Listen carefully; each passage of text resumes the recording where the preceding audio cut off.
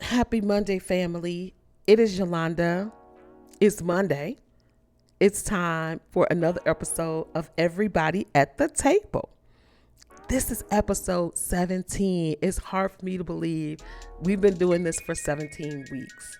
I shared a commentary this week. Hopefully, you received it regarding doing the uncomfortable thing until you're comfortable.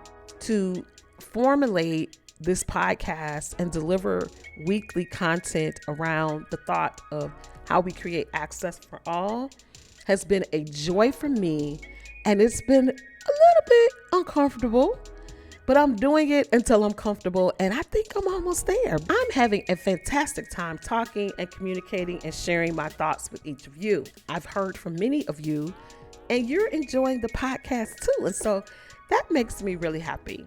And I hope, as I messaged this Saturday, that you are finding things that you're uncomfortable with and you're doing them until you're comfortable.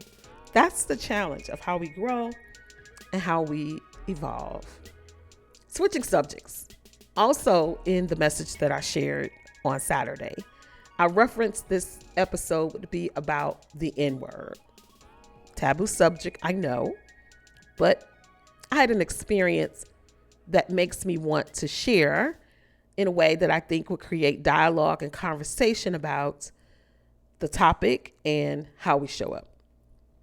Recently, I was at an executive women's conference listening to a panel full of dynamic women. One of the speakers, who is a well-known Black woman entrepreneur based here in Atlanta, she shall remain nameless because that doesn't matter, but she was on the stage sharing a deeply personal story. She was vibrant, authentic, and clearly comfortable. Credit to the moderator who created a safe and open space to have the conversation. So here's the setup. As she's recounting an experience that happened within her family mid-speech or mid-message, she's really comfortable. And she's sharing about someone sharing some very positive information with her that she just didn't have the faith or the hope for in the moment. And she's recounting her response as she's hearing this news and how she's feeling internally. And internally, her message was, and she said this out loud on stage, is this N-word being for real? I froze. I literally froze. As a Black woman, hearing the use of the N-word in that space, on stage, mic'd up, in front of this beautiful crowd of diverse people, it took the air out of me. I scanned the room quickly with my eyes to do an eye check to see how people were responding or not responding to the moment. The moderator let out a nervous laugh, and then there was a quick silence, and I saw the entrepreneur do a quick eye check, and she moved on.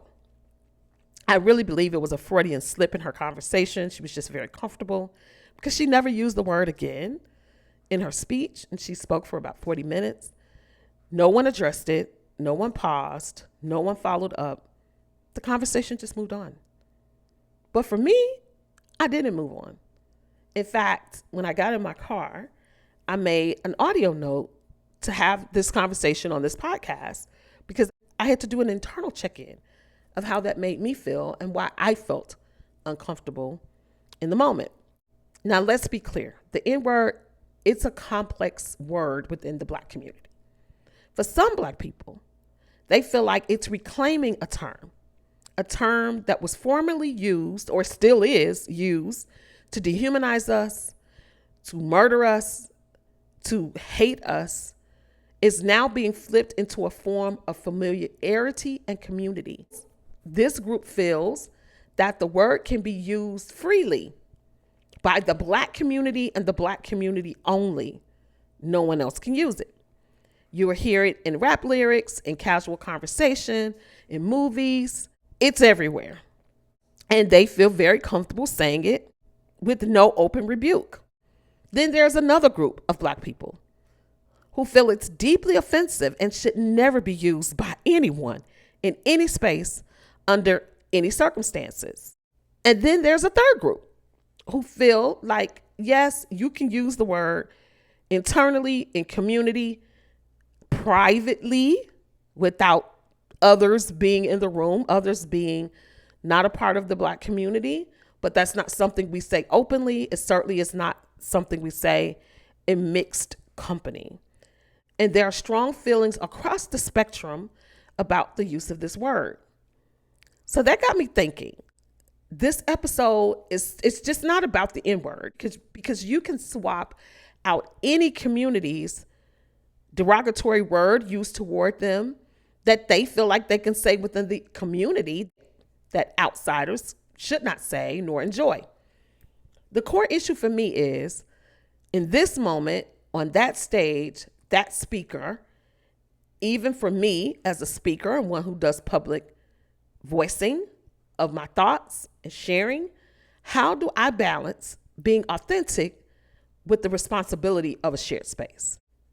Because here is the real question for me.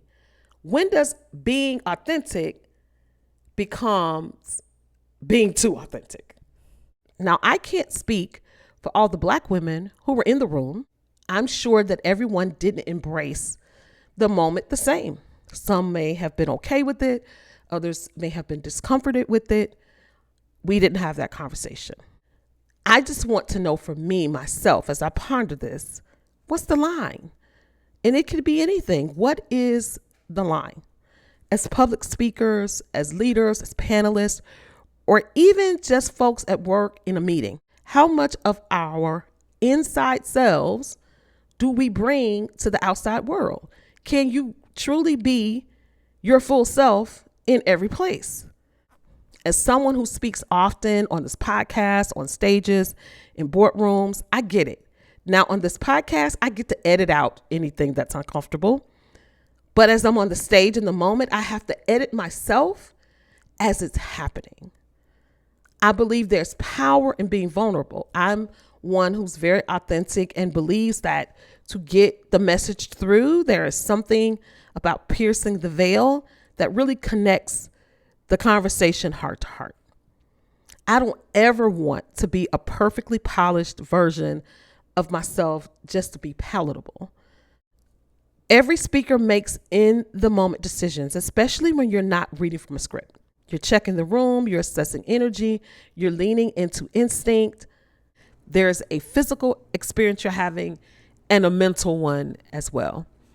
As speakers, one of the hardest things to do is to edit yourself in real time.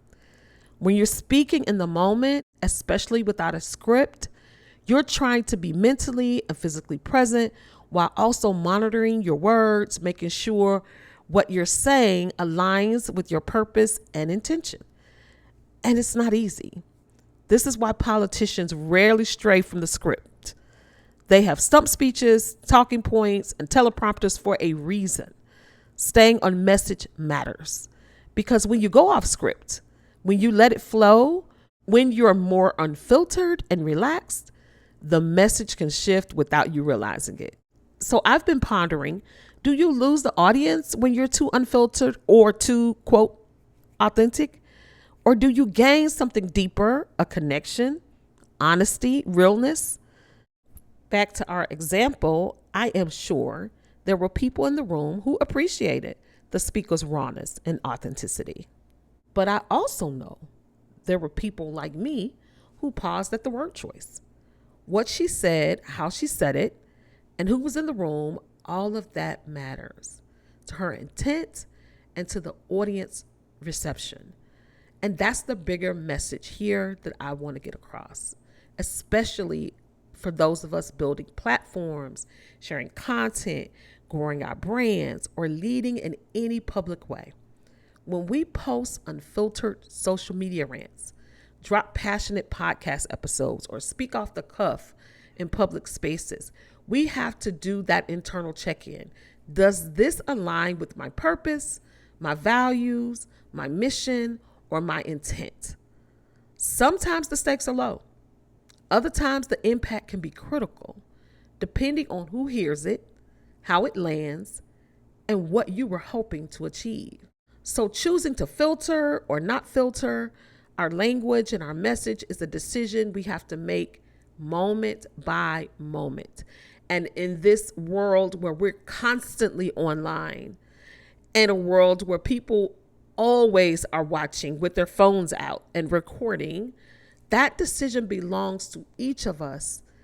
And it's a heavy weight to carry, but it's one we have to make with true thoughtfulness. And how we show up, how we communicate, how authentic and unedited we choose to be should always be led with intentionality, with purpose, and with the desired outcome we want to create. That's the work. That's the responsibility. That's the price of being at the table. I want to hear your thoughts on this. Have you been in a situation where you were caught unfiltered, or you didn't appreciate someone's unfiltered moment? It made you uncomfortable, or even in hearing this story, your thoughts on how it would make you feel in the moment. As always, I appreciate you listening. Please share your thoughts and share the podcast. I want to hear from you. Until next time, take care and dine well. Don't forget to be intentional.